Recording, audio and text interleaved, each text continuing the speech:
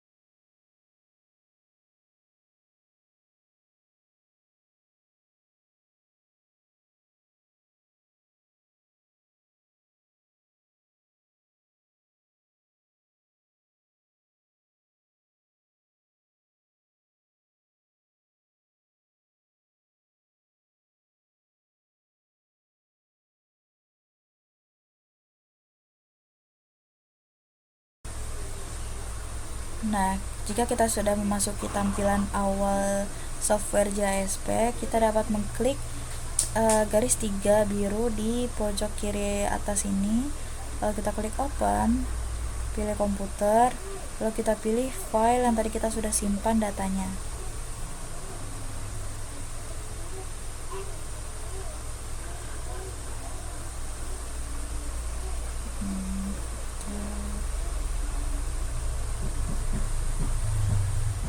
Oke, kita masukkan.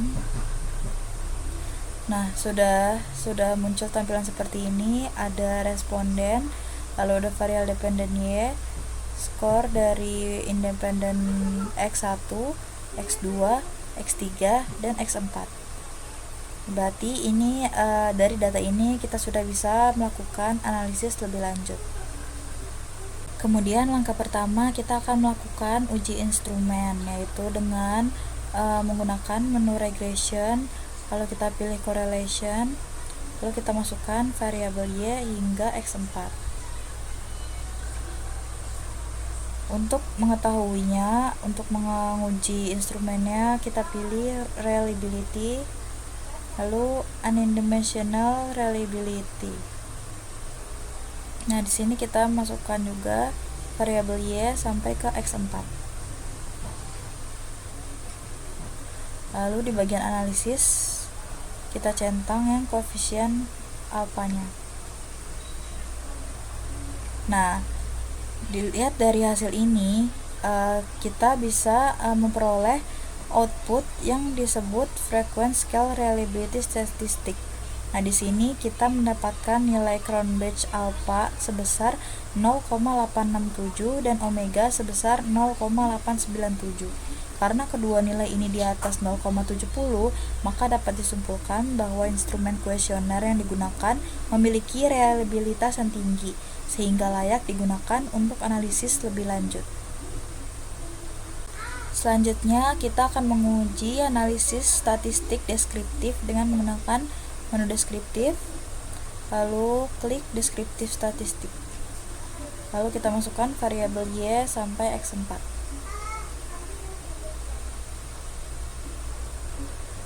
Nah, analisis deskriptif ini digunakan untuk kita mengetahui ringkasan data setiap variabelnya. Nah, di sini kita bisa lihat bahwa nilai rata-rata dari tiap variabel berada di rentang yang cukup dekat dan tidak terdapat nilai missing. Ini menunjukkan bahwa distribusi data relatif seimbang dan lengkap. Selanjutnya, kita akan menguji asumsi klasik yang terdiri dari uji normalitas, homoskedastisitas, multikolinearitas, dan linearitas. Oke, yang pertama-tama kita akan membuka menu regression, kita klik linear regression. Di bagian dependent variable ini, kita masukkan variabel Y, lalu di covariates kita masukkan variabel X. Nah, lalu pada bagian statistik kita bisa klik collinearity diagnostic, kemudian tolerance and VEF, kemudian di bagian plots kita bisa mengklik residual histogram, kemudian residuals versus predicted. Nah, yang pertama ini uji normalitas. Asumsi pertama adalah normalitas residual. Nah, yang ini. Dari histogram residual yang dihasilkan terlihat bentuknya menyerupai distribusi normal atau kurva lonceng. Ini menandakan bahwa asumsi normalitas terpenuhi. Kemudian uji homoskedastisitas. Nah, melalui grafik residual versus predicted, kita dapat mengamati bahwa titik-titik menyebar secara acak dan tidak membentuk pola tertentu, yang berarti asumsi homoskedastisitas dan linearitas terpenuhi. Kemudian, pada uji multikolinearitas, kita bisa melihat pada bagian ini, tolerance and VEF-nya, dilihat bahwa X1 itu VEF-nya 2094, lalu yang X2 itu 4.342, X3 itu 4.523, dan X4 itu 2.184. Karena semua nilai VEF-nya berada di bawah 10 dan tolerance masih di atas 0,1, maka tidak ada gejala multikolinearitas serius antara variabel bebas. Selanjutnya kita akan menguji hipotesis regresi linear berganda. Nah, masih pada hasil yang sama. Di bagian ANOVA kita bisa melihat nilai F sebesar 12.141 dan dengan nilai p-value-nya dikurang dari 0,001, yang berarti model regresi secara simultan berpengaruh signifikan terhadap Y.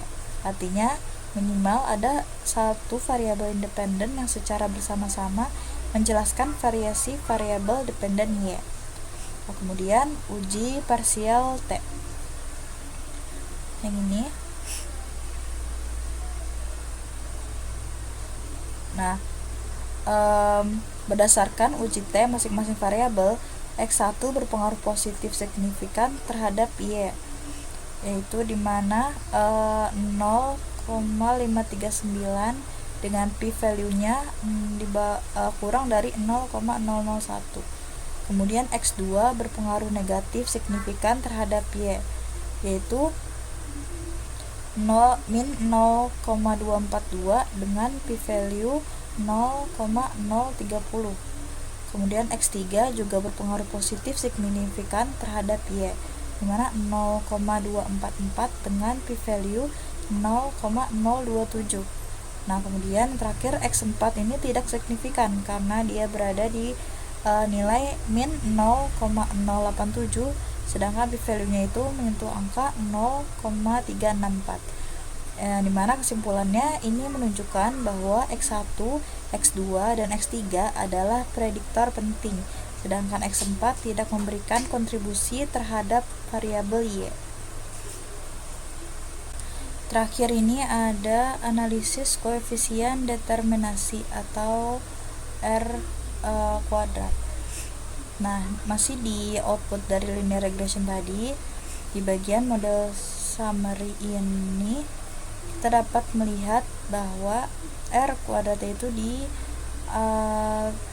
nilai koefisien determinasinya itu yaitu sebesar 0,338. Ini berarti bahwa 33,8% variasi dalam variabel Y dapat dijelaskan oleh variabel-variabel X1 sampai X4.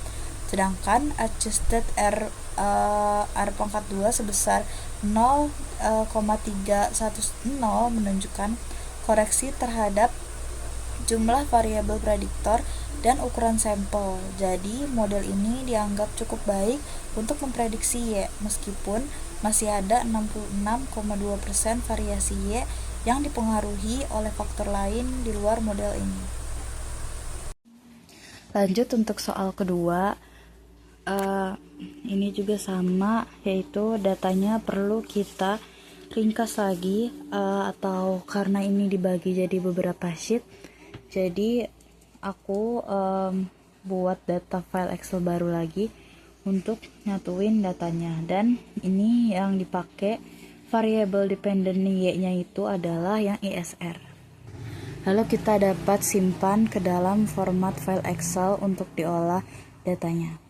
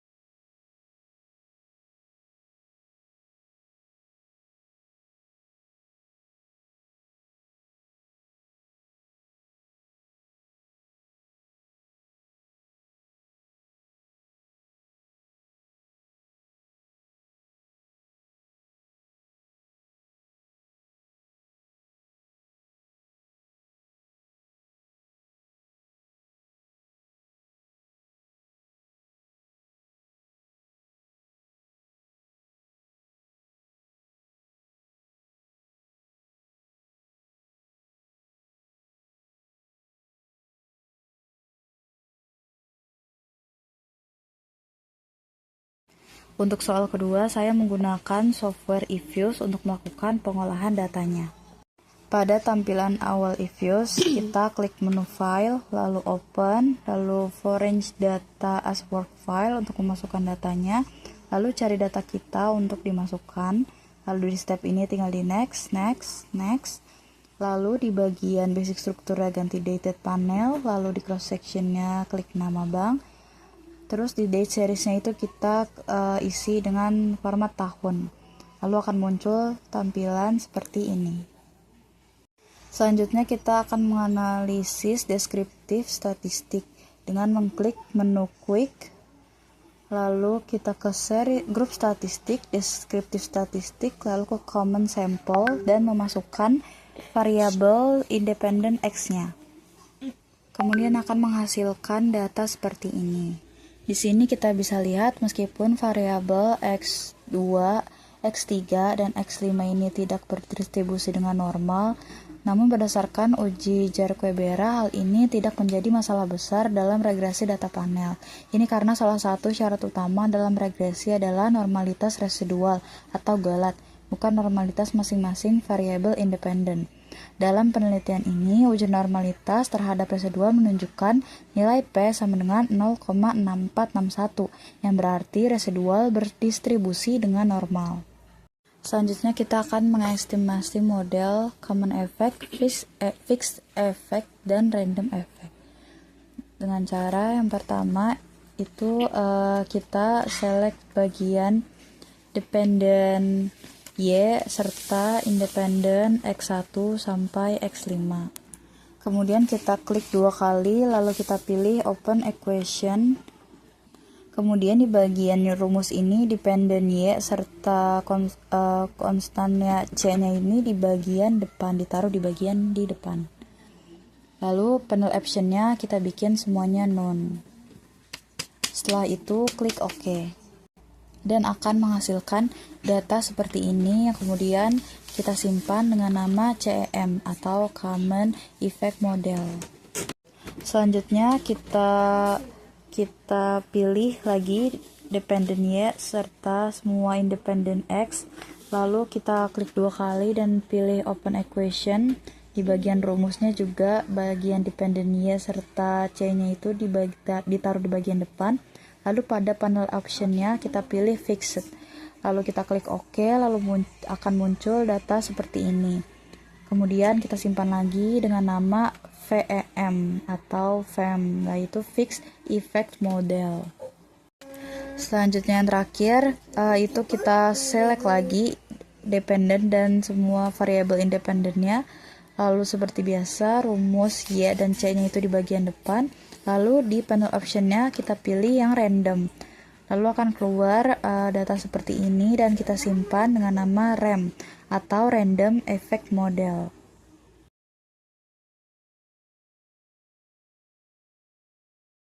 Kemudian untuk mengetahui bagian mana yang akan kita pakai untuk menganalisisnya, kita perlu melakukan analisis uji coba-coba, terus ada uji Hausman dan uji Lagrange multiplier. Nah, yang pertama itu kita akan uji coba terlebih dahulu, yaitu kita membuka data frame yang kita simpan tadi, lalu kita klik view, lalu pilih fixed random effect testing, lalu kita pilih redundant fixed effect likelihood ratio.